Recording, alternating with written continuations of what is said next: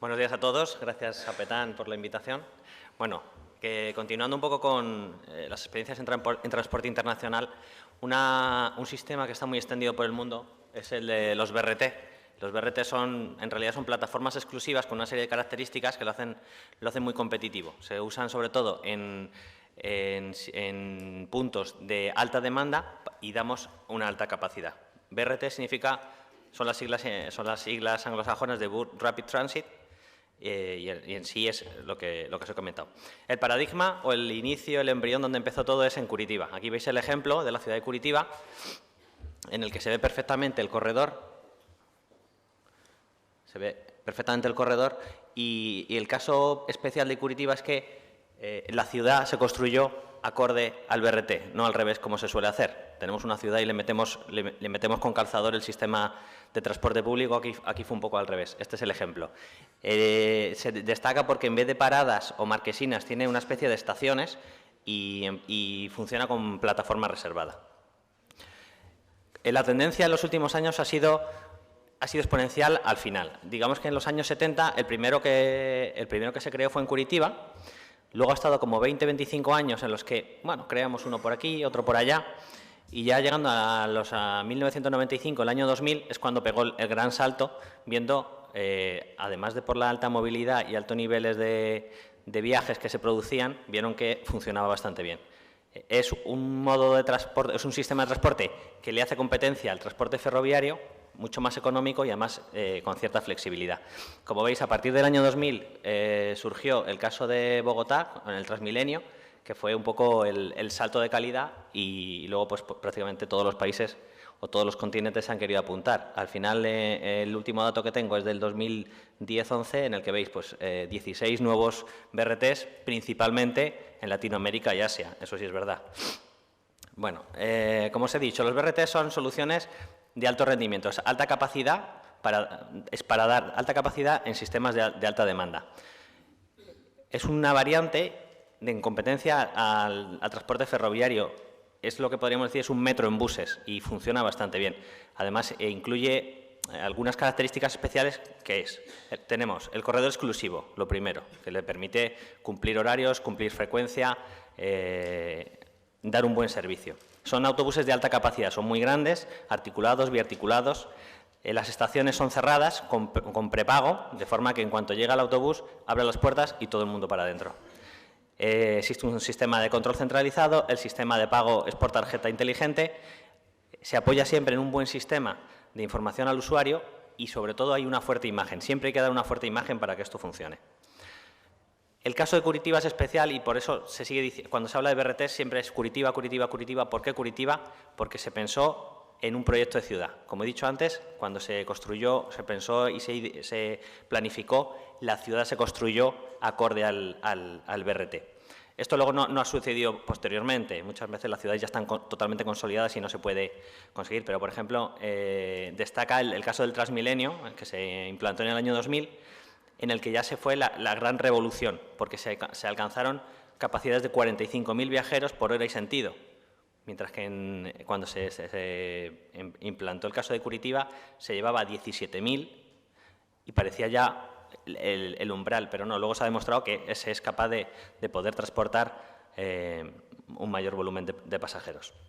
Como digo, el Transmilenio ya introdujo las nuevas tecnologías que le dieron un salto importante. Aquí en el plano veis un poco dónde están implantados y cuál es el volumen de viajeros. El circulito azul significa un poco el volumen de viajeros. Veis que en Latinoamérica, es el sitio principal, está implantado en 32 ciudades, pero se transportan más de 17 millones de pasajeros al día. En el segundo caso más interesante es Asia, donde también son 33 ciudades, pero bueno, llega a 6,3 millones de pasajeros. Si miramos Europa, aunque son 26 ciudades, tan solo se transportan 600.000 pasajeros día. Esto también está relacionado un poco con los niveles de calidad que hablaba esta mañana el alcalde. La calidad es muy importante. Aquí en Europa no admitimos capacidades de 4 personas por metro cuadrado. En el resto del mundo, digamos que cuando se planifica, pues que mínimo 8 personas por metro cuadrado. Lo triste es que hay sitios en Latinoamérica que hay hasta 12 y 13 personas por metro cuadrado. ¿Cómo? Pero caben. El caso es que caben. Pero bueno, aquí veis un poco dónde están desarrollándose principalmente, que es en Latinoamérica y en Asia. Pero no todo esto es tan idílico ni tan bonito. Tiene ciertos problemas. En realidad, el implantar un BRT es la excusa perfecta para reordenar el transporte público. Pero se encuentra con una serie de problemas como es. Lo primero, que normalmente hay una falta de una clara política de apoyo al transporte sostenible a dar prioridad al transporte público. Otro principal problema suele ser la limitación financiera y la capacidad institucional que tienen para poder invertir pues, en infraestructura y en operación. Otro problema, que es el que ha estado antes comentando Julián, es el que, claro, si el transporte está formado por el hombre camión, buses, camionetas, el 80-85% suelen estar muy deteriorados. Todo esto actualmente vence frente a las empresas profesionales operadoras que existen actualmente, pues, por ejemplo, en Europa o en España. Entonces, existe un problema en la profesionalización. Hay una falta de capacitación y educación en países como de Latinoamérica, de Asia, por ejemplo. Y el cuarto problema suele ser la falta de recursos humanos para poder llevar a cabo estas medidas. Entonces, bueno, pues creemos que es un caso interesante, que hemos venido a contarlo porque existe y, bueno, ojalá empecemos a poder implantarlos en Europa con mayor profusión. Nos gusta muchas veces, a Julián y a mí, mostrar imágenes de lo que se hace por el mundo. Os voy a enseñar algunos ejemplos de algunos países que están en diferentes grados de desarrollo. Este es el caso de la India, los trenes a tope. Esto es lo que antes Julián comentaba de esto es un transporte, esto es un bien inferior. Esto es lo que hay que evitar. Es verdad que una vez que estuvimos allí descubrimos por qué la gente va fuera. Y es que existen unas cucarachas enormes dentro que la gente prefiere ir por fuera. Este es el caso de Bolivia. Aquí veis el claro ejemplo del hombre camión.